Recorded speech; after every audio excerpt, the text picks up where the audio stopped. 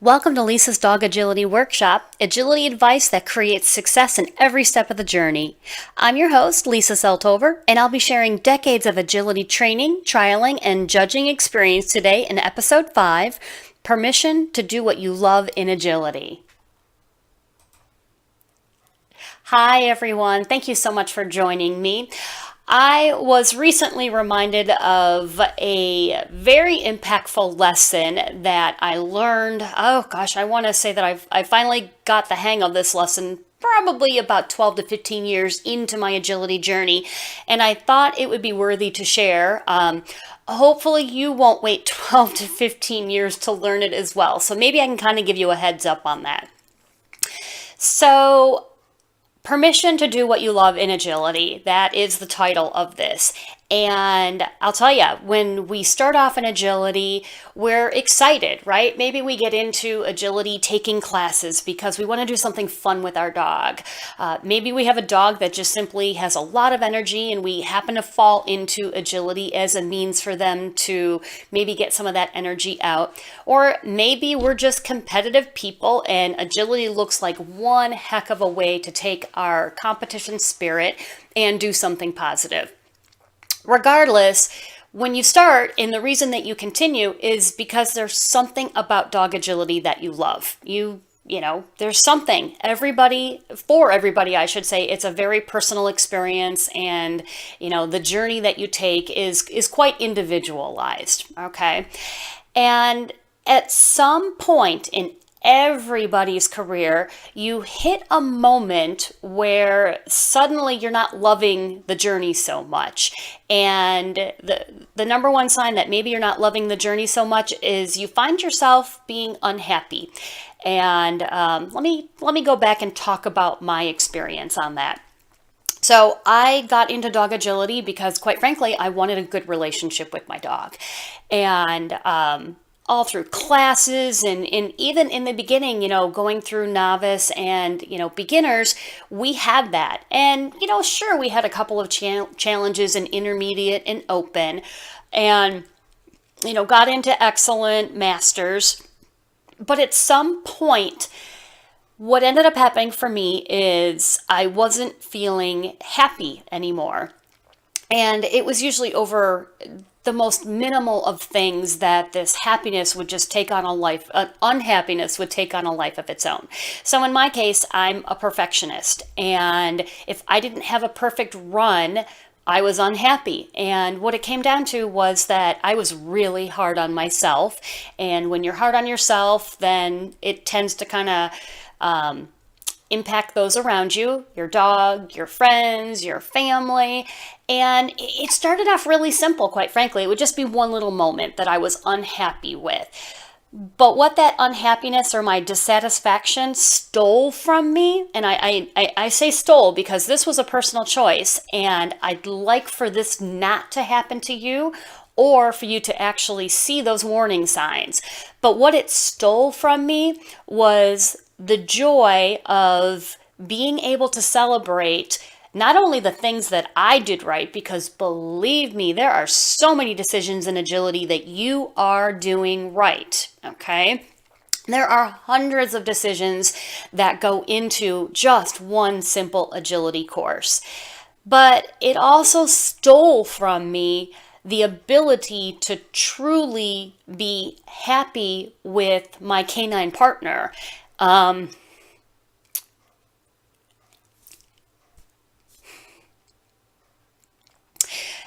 And that's really a shame because first of all, dogs are wonderful. My gosh, are they wonderful.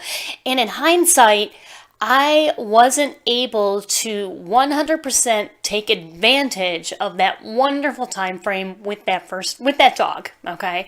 And that was my choice, and I'm the only one that can take responsibility for that.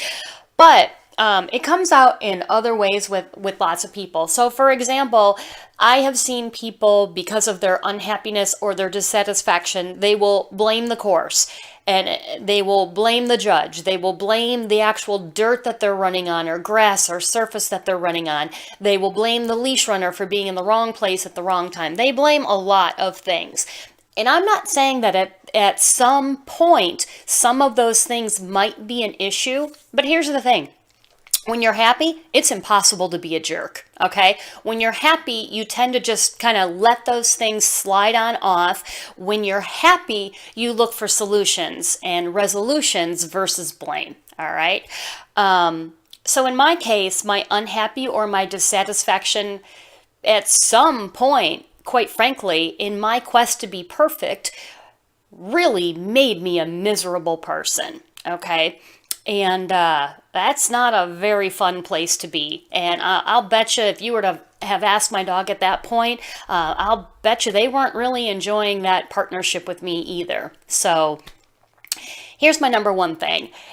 If you find yourself being unhappy or feeling dissatisfied, it's a hint, okay? It's a clue. It should literally be kind of a smack in the face that you have lost sight of what makes you happy in agility. You have lost sight with the very things that you love about dog agility.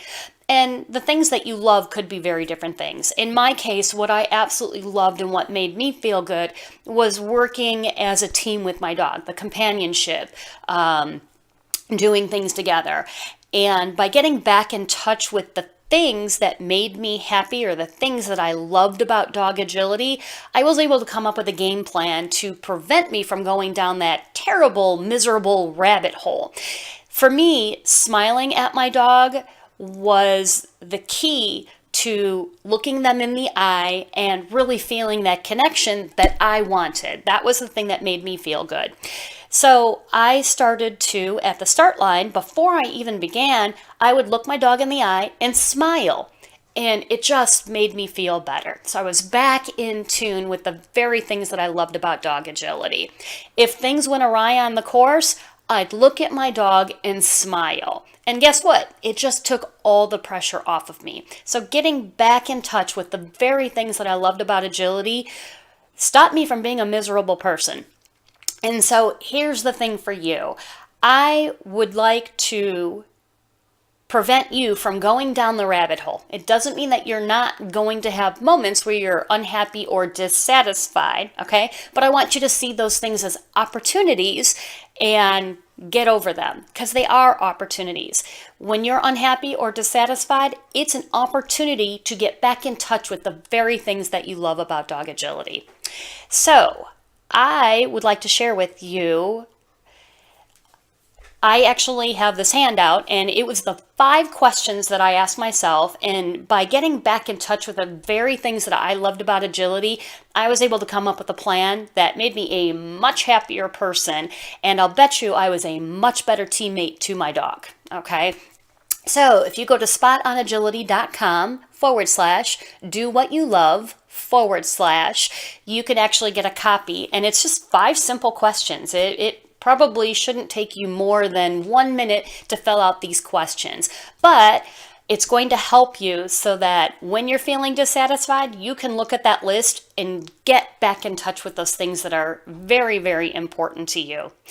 Okay, guys, so as always, I love doing these workshops. I love answering your questions, and I really do love your feedback as well. So keep them coming. You can contact me at lisa@spotonagility.com, and I love the fact that you guys are sending me questions so that I can address those. I'm happy to do that.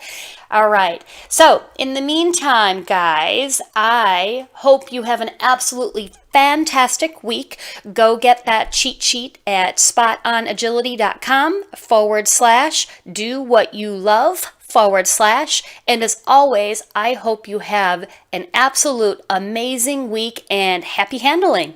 Have a good one, everyone. Bye.